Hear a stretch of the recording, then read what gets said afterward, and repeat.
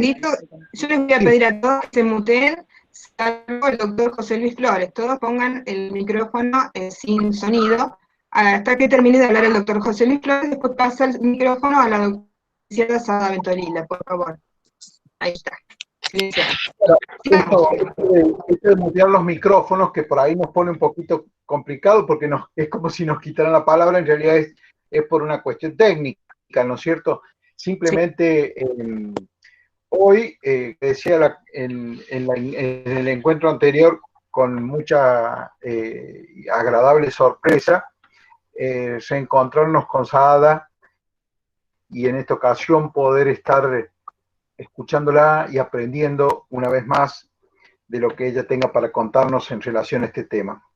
Sabemos cómo es un tema bastante escabroso, profundo y universal. Nosotros estamos afrontándonos a acercarnos a partir de una particular o muy peculiar manera a algo que es parte de la tragedia humana, algo que tal vez sea con una ventaja, ¿no es cierto? Tal vez sea el episodio más cruento y más conocido de estos últimos 100 años, pero no el único, de ninguna manera. La clase pasada quedó clarísimo eso y creo que con lo que también se trató en la primera de las clases, que no tuve la oportunidad de estar presente, pero y que fue muy ilustrada seguramente por la doctora Pérez del Viso en relación a cuáles son los conceptos y los andamiajes necesarios para poder abordar estos temas. Y digo de esta peculiar afrontar este tema, no encarar, sino afrontar el tema en razón de que hasta ahora hemos estado acostumbrados a ver a la historia de la Shoah como de otras catástrofes humanas como una historia en bloque o una historia monolítica, una historia con, digamos, apariencia de libro, para quienes no tuvimos la mala suerte de tener que compartir este tiempo, pero que con esa apariencia de libro, de letras, de fondo blanco. Y esta vuelta nos aproximamos de una manera muy particular a esta historia de las tragedias humanas que se han seleccionado, que es hacer de esa idea de la historia como bloque una idea de la historia humana, de aquellos que han estado como protagonistas a veces desgraciados del momento o en otros papeles que les correspondieron, y aproximarnos desde una perspectiva humana. Esa nueva forma de encarar la historia es transformarla desde un punto de vista más humano, menos científico, y que sin duda nos expone a manera subjetiva a un conocimiento que se anida en nosotros con las sensaciones que esos hechos pueden haber provocado. Ya no son estadísticas, no son números. Se supera de esta manera la discusión que tantas veces nos gusta dar, que es esa discusión cuántica en el sentido de cantidades, ¿no? Usé mal el término, en cantidades, porque pareciera que es una lucha por saber dónde estuvieron la mayor cantidad de víctimas, cuántas balas se utilizaron, qué mecanismos, y pareciera que allí se agotara la historia. En esta ocasión, y gracias a de alguna manera, al ímpetu curioso, de espíritu curioso de Adela y la facilitación que nos ha hecho el instituto, nos vamos a encarar la historia, pero desde esta perspectiva, viendo esa historia de carne y huesos que ha tenido nombres, que ha tenido aspecto, que lo ha ido perdiendo a lo largo de los hechos hasta desaparecer en muchos casos, y viendo cuál es el legado humano, individual y subjetivo que ha quedado de aquello como testimonio de qué es lo que realmente ha significado, no para la humanidad, sino para los seres humanos, la historia de la Shoah en este caso. La Shoah ha sido tal vez el hecho que ha logrado de alguna manera instalar en la conciencia humana de todos,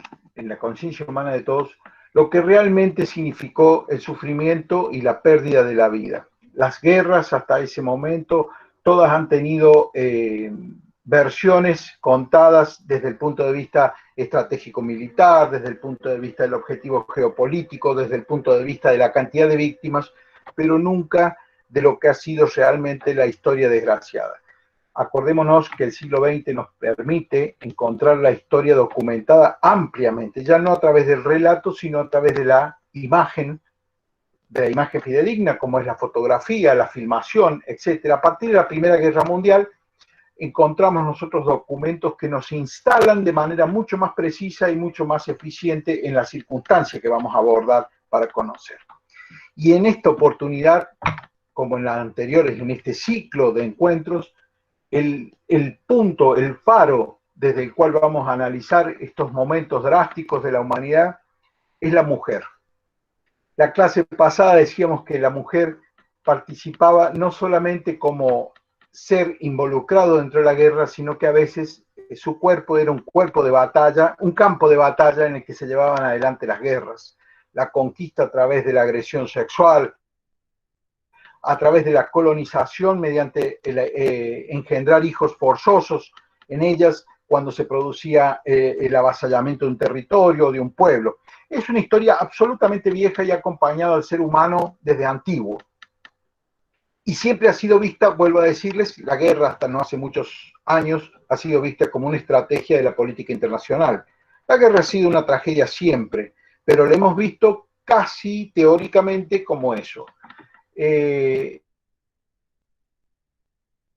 Sin duda, cada época tiene sus propias guerras, sus propias catástrofes y demás, pero la Shoah tiene la particularidad, vuelvo a decir, de haber instalado de manera precisa en el ideario general la posibilidad de analizar lo que es verdaderamente la atrocidad del genocidio y de las prácticas genocidas, con esa ¿cómo se dice?, diferencia que nos habilita a poder hacer un análisis más generoso en el sentido de poder abarcar. Se hace difícil por ahí utilizar palabras que parecen muy lindas para tratar un tema tan feo como esta tragedia humana, ¿no es cierto? Pero digo generoso en el sentido de que nos permite abarcar situaciones que de otro modo no quedarían técnicamente incorporadas en la idea de genocidio. Lemkin define el genocidio, pero lo hace con un criterio netamente jurídico, muy necesario, no es un error, es una necesidad que se presentó en ese momento para poder llevar esto a los tribunales internacionales, en este caso, esta parte de la historia, el genocidio, sufrido principalmente por el pueblo judío, aunque no ha sido el único que ha soportado este proceder de las fuerzas del nacionalsocialismo alemán, y sus aliados, adláteres y, vamos a usar una palabra de barrio, compinches en distintos lugares del mundo, pero fue tal vez el más importante de los que llegó a ser tratado por los tribunales internacionales y le hizo pensar, como también dijimos vez pasada, carente de una ética internacional, la necesidad de definir esto, de perseguirlo y castigarlo para poder evitarlo en realidad. Simplemente yo creo que no hace falta hacer una ubicación espaciotemporal ni histórica de esto, porque son hechos sumamente conocidos, todos sabemos que tampoco el desarrollo es instantáneo ni de un día al otro, esto es un plan añejo, algunos entran sus raíces ya a finales de la Edad Media, en la que ya existían algunos comportamientos que indicaban la falta de asimilación y a veces la falta de empatía por el pueblo judío que se encontraba en la primera gran diáspora, ¿no es cierto?, y ocupaba Europa. Razones religiosas hicieron que ocuparan ciertos sectores de la actividad económica, urbana, que los identificaba claramente y hacía fácil poder indicar cuáles eran las condiciones de tanto de arte como de actividades económicas, comerciales y demás que ellos desempeñaban. Eso generó, a través de discursos exagerados, ya desde la Edad Media, que Saada no me va a dejar equivocar en esto, y si no, por favor, en el acto corrija, sabemos que existía esta idea de los guetos en las ciudades desde muy añejo, desde épocas de la ciudad medieval, ya había lugares destinados a las famosas juderías en España, etc. Desde aquella época después se ha ido estableciendo en alguna parte del pensamiento humano esa idea controversial sobre el pueblo judío, que incluso generó su propio aglutinamiento propio de la supervivencia, ¿no es cierto?, para conservar costumbres, para conservarse como existiendo frente a esa adversidad. Todo eso en Alemania tiene tal vez sus orígenes a partir de ideas que no estaban orientadas directamente a ese odio, pero que fueron utilizadas por ese odio, como los discursos de la nación alemana de Fichte, que allá el material intelectual que después fue cocinado y reelaborado por el nacionalsocialismo, una idea antijudaica que terminó en las atrocidades del exterminio de la época de la Segunda Guerra Mundial. Sabemos nosotros que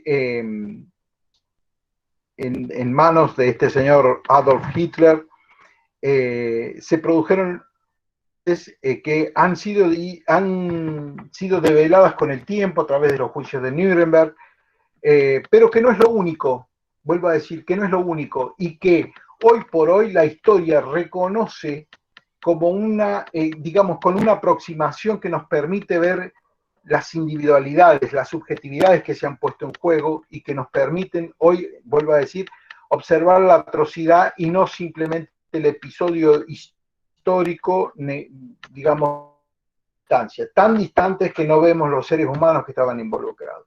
Yo creo que hoy tenemos esa enorme oportunidad de aproximarnos y aplicarnos desde un sector muy claro que es el padecimiento claramente que han sufrido las mujeres judías y a veces no judías, y su participación en cuanto también a protagonismos específicos en el rescate, en la posibilidad de mitigar los efectos tan dramáticos vistos en ese tipo. Hoy nos toca escucharla a Saada Bentolila, que es profesora titular de Ciencias Humanas, en cátedras de la Psicología Educacional, en la Facultad de Psicología, también en la Cátedra de Enseñanza de la Psicología de la Universidad Nacional de San Luis. Es profesora de posgrados y directora de maestrías de la especialización en Educación Superior de la Universidad Nacional de San Luis hasta 2019. Presidente de la Sociedad Sirio-Libanesa de San Luis, becaria del Yad Vashem de Jerusalén en 2007, curso de formadores en temáticas relativas a la Shoah, o sea, el estudio que se ha ido haciendo cada vez más agudo en estos tiempos, y del Memorial de la Shoah de París.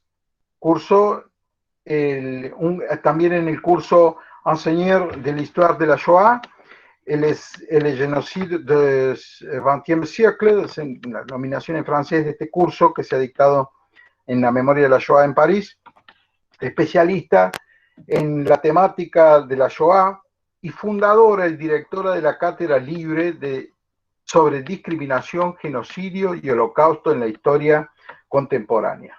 Gran tema. Luego tenemos también que hay otros datos que son relevantes, que los voy a poner, que no son los únicos, por cierto, que es ser integrante del Observatorio de Derechos Humanos de la provincia de San Luis, incorporado al Programa de las Naciones Unidas para el Desarrollo. Es autora de trabajos, publicaciones, presentaciones y eventos científicos acerca de la inmigración judía en San Luis y la discriminación, y sobre la discriminación y el genocidio, el holocausto, los derechos humanos, entre otros. Es una ciudadana que ha sido destacada como tal por los medios locales y en nuestra comunidad. De larga trayectoria en su especialidad, que es la psicología, y conocida por nuestro medio por su participación en todo lo que respecta a lo cultural y a lo religioso en relación a la comunidad judía de San Luis. Bien, yo creo que, y sin querer que sea todo, creo que es lo fundamental para saber entonces a quién vamos a escuchar con atención, y vamos a tratar de absorber todo lo que tenga para compartir la licenciada Bentolila con nosotros. Le confiero la palabra y les agradezco la atención. Bueno, muchísimas gracias, José Luis. Una pequeña corrección que te aclaro que no sos el único en cometerlo como error. Yo soy presidente de la sociedad israelita, no de la sociedad sirio-libanesa. Pero no te hagas problema, no es ningún problema, porque mucha gente cada tanto recibimos gente de la sociedad sirio-libanesa que dice que la mandaron ahí, que la gente preguntó por el lugar, y le dijeron, mire, ahí en la calle Pedernera, que es donde es nuestra sede, y han ido, así que no tengan ningún problema. Se ve que estamos ligados. En absoluta conciencia que me estaba refiriendo a la sociedad israelita de San Luis. Mira. Es un hecho, José Luis, es un gaf gracioso, digamos, ¿no? Pero te puedo asegurar que no soy el único que lo comete. Bueno, muchísimas gracias por todas tus palabras. La verdad que me encanta estar acá. Veo caras amigas que hacía mucho tiempo que no veía, inclusive de fuera de San Luis, así que muchísimas gracias por estar y compartir. Hemos compartido muchas cosas juntas. Y muchas gracias a los alumnos por interesarse en estos temas que en realidad constituyen una responsabilidad social. En orden a que el doctor Flores dijo que, bueno, no había que redundar respecto de los detalles de la Shoah, yo entiendo que es así porque el objetivo de esta exposición tiene que ver, perdón, voy a ir poniendo la presentación. A ver, ahí estamos. ¿Se ve? ¿Se puede ver? Ahora está presentando. Bueno, muy bien. Bien. Habría que ampliarlo. ¿Cómo? ¿Habría que ampliarlo, tal vez? Sí, lo amplío. Ahí. Pero no lo veo. A ver. Siempre me pasan estas cosas. A ver, acá estamos. Ahí está. ¿Ahí se ve? Está empezando a compartir. Ahí. Ahora habría que ampliarlo. En la copita de abajo. Pero ahí ya no veo la pantalla. Si lo amplío. ¿Puede ser que no lo amplíe? Es que no, queda muy chiquito. Queda muy chiquito. Bueno. Pero no importa que no los vea a ustedes, para mí es importante. No importa, yo te voy diciendo quién dice algo. Bueno. Esto siempre pasa con Google Meet, que no se ven los alumnos. Lo que sí quiero señalar es ¿perdón? Es que se ve hasta la mitad. ¿Ustedes todos ven todo en la pantalla? Disculpen que los moleste. No, ¿viste? Se ve hasta la mitad. No, se ve la mitad. ¿Cómo hago? Porque yo puse la mitad. Ahí está. Que no se vea. A ver, ahí se ve. Y se ve hasta heroínas. Después lo que dice a la derecha de heroínas, la mitad, se ve la mitad de la pantalla, solo la parte izquierda. No me doy cuenta por qué. No importa si vos no nos ves, o sea... No, pero no lo estoy viendo, pero ahí, a ver, no me doy cuenta por qué, porque yo estoy viendo todo completo. Ahí se ve lo que está hasta la mitad. No se ve. A menos que me lo mandes por mail y yo lo comparto acá, si quieres. Bueno, entonces, de todas maneras, a ver, esperen un segundito que ubique el mail, a ver si está abierto. Sí, mil disculpas. Un segundito nada más. Ahí se ve bastante bien. Se ve chiquito. Pero bueno, si quieren arrancar. No importa. Se ve muy chiquito. Ahí vamos. Adela, te lo mando a... AdelaMPerezDelviso@gmail.com. Espera que todo tiene su tiempo acá. Sí. Todo tiene su tiempo. Bueno, paso me animo a... Acá estamos. Adela, vamos con Adela. ¿Qué será, no?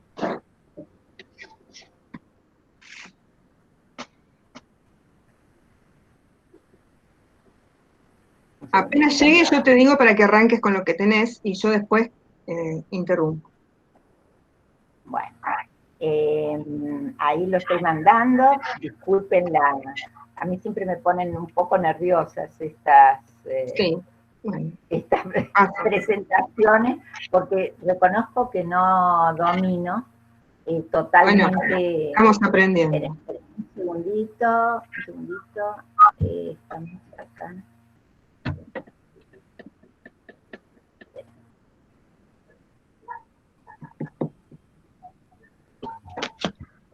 De todas maneras, Ada, es muy importante lo que nos vayas a decir. Lo otro, haremos de acercarnos. Sí, ese es el plan B. Eso es lo que les quería decir, que ahí está. Adela. Bien. Ahí. Lo mandaste a Gmail, ¿no? Adela M, Gmail. Adela M, a Gmail, Adela M. Ay, no sé. El Gmail. A ver, Adela. M. No, Adela M no tengo nada. Bueno, Adela M, Pérez del Viso. Ahí está. Ahí va, Power. Perdón, no tendría que haber sido así, pero bueno, no se me ocurrió. Era, ahí vamos, ahí lo mandé. Bueno. Bien. Entonces lo vas a exponer vos. Sí, vos andá hablando con lo que tenés. Acá llegó, mira. Ustedes vayan hablando con lo que tienen y yo voy a acomodar esto y después los interrumpo. Muy bien. Con esto. Muy bien. Lo que quería decir dos cositas. Una, básicamente, que tiene que ver con el tema de que a veces hace falta una pequeña revisión, una breve revisión respecto del tema del Holocausto, porque se escucha de oídas, pero las nuevas generaciones no creamos que saben demasiado. A veces acceden a las películas, quizás algún testimonio, ¿no? Pero de todas maneras es importante dar a veces un mensaje más completo, porque hay cosas que estamos ya, las personas más grandes,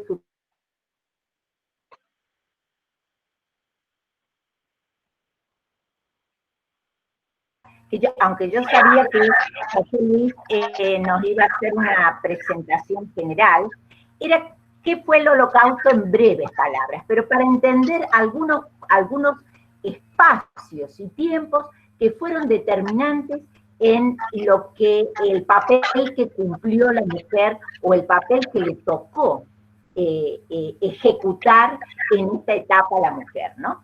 Lo primero es decir que el Holocausto, como dijo José Luis Flores, fue un proceso de extrema violencia y aniquilación desatado por los nazis y sus colaboradores en la Alemania durante la Segunda Guerra Mundial contra el pueblo judío.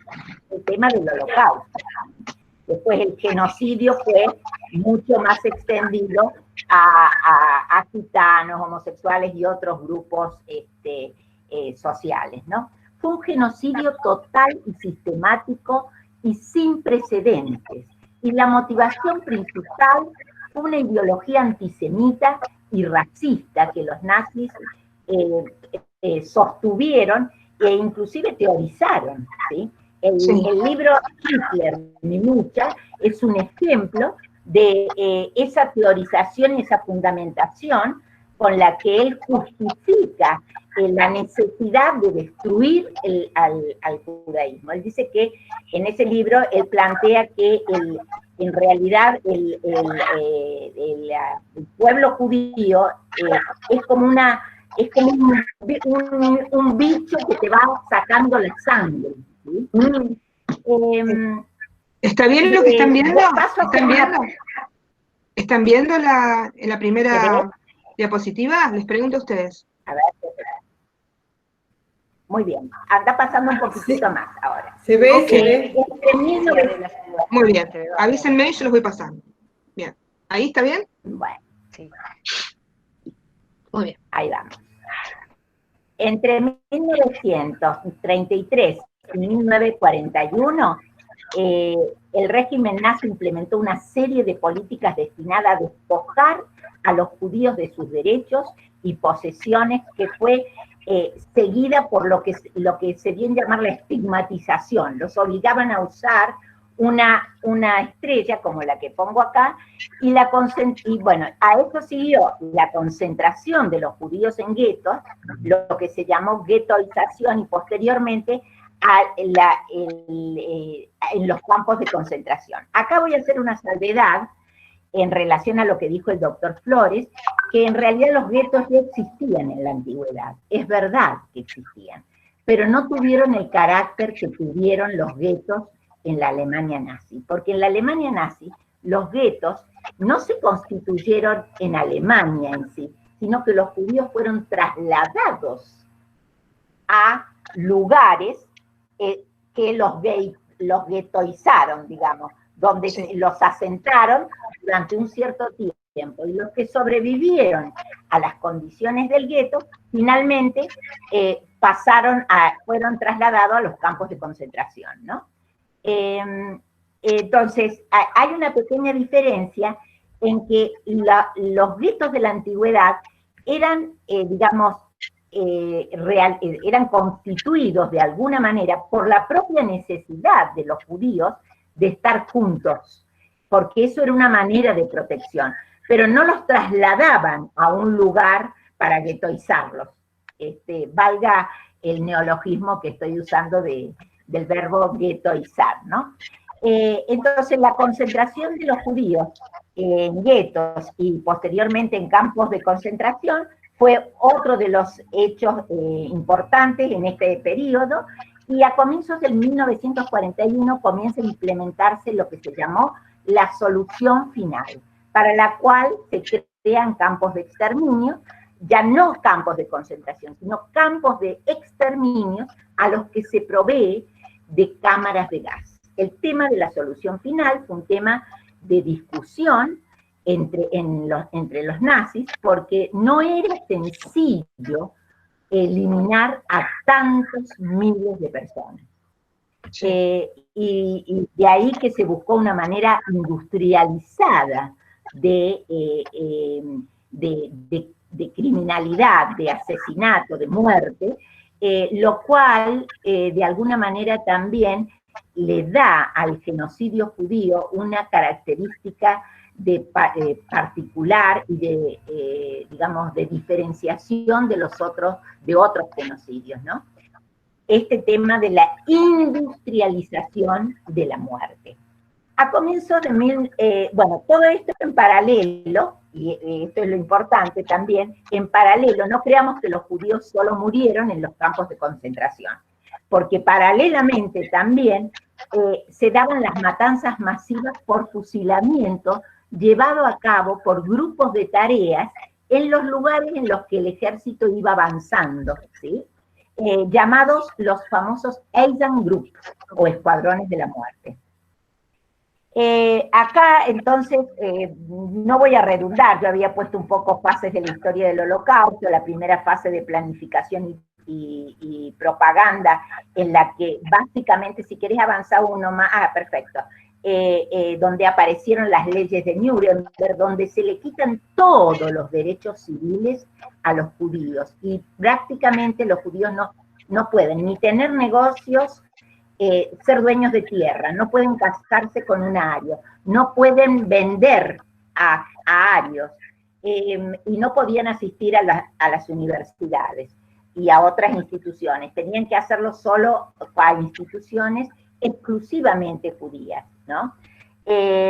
Bien, acá en el segundo periodo de expansión y violencia fue cuando comienza ya la Segunda Guerra Mundial, y ahí es donde aparecen los guetos y los campos de concentración y los Eisengruppen, y es cuando Alemania empieza a invadir el resto de Europa, y la tercera etapa entonces es la de la solución final, la de los asesinatos masivos en la cámara de gas, y esta historiadora que yo retomé para hacer esta enumeración, dice que la cuarta etapa es las marchas de la muerte, porque cuando Alemania ya estaba perdiendo la guerra, los alemanes empezaron a cerrar y a destruir los campos de concentración.